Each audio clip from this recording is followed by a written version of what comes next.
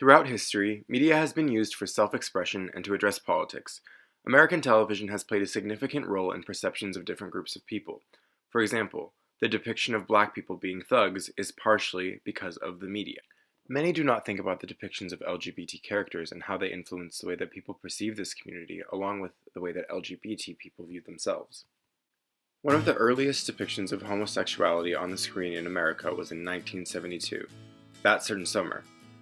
This is a movie that talks about a divorced father who falls in love with a man but decides to hide it from his teenage son. The goal was to have this be a sympathetic representation of gay men. A great line from the script is, quote, "A lot of people, most people, I guess, think it's wrong. They say it's a sickness, they say it's something that has to be cured. I don't know, it isn't easy. If I had a choice, it's not something I'd pick for myself, but it's the only way I can live. Gary and I have a marriage. We love each other," end quote. However, this was only 3 years after the Stonewall riots.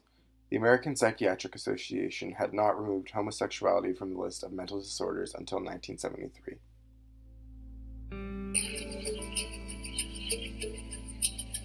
Well, gay bars were the social centers of gay life. Gay bars were to gay people what churches were to blacks in the South.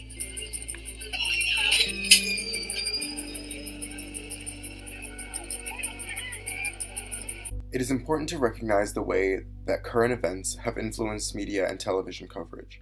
Similar to Stonewall, the AIDS crisis influenced the representation of gay people in media. In the 1980s, there were lots of representations of gay characters, but very few of them were positive. One of the few positive representations was An Early Frost, a film where a Chicago man comes out to a somewhat accepting family as gay and has AIDS. I have something to tell you. I'm not a monk. You didn't tell him. In the film, his family actually accepts him for being gay, until they find out that he also has AIDS. Uncle Mike! Where's my dog? Come here! Another representation is Al Pacino in the movie Cruising, where he goes through the dangers of the gay underground. The 1990s rolled around and Magic Johnson, a famous basketball player, announced to the world that he was HIV positive. This changed the face for HIV.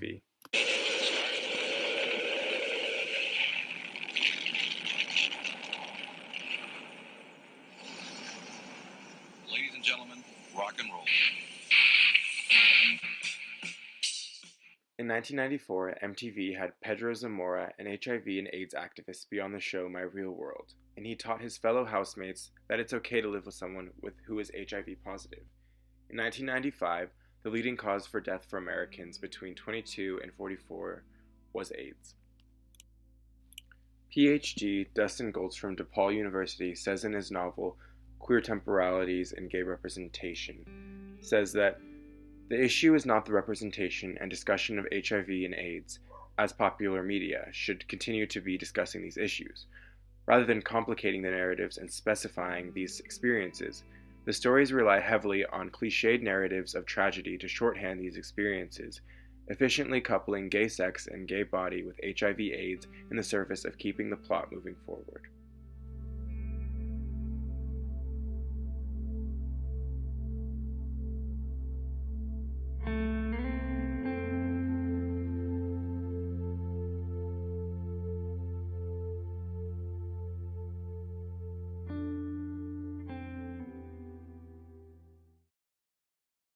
Towards the end of the decade, potentially one of the most famous coming out stories in LGBT history was on Ellen's hit TV show, Ellen, where she proclaimed her truth to the entire world. This episode changed the course of media representation for gay people from being AIDS-driven to encouraging slightly more complex depictions of this community. I guess what I'm trying to say is, I did get the joke about the toaster oven.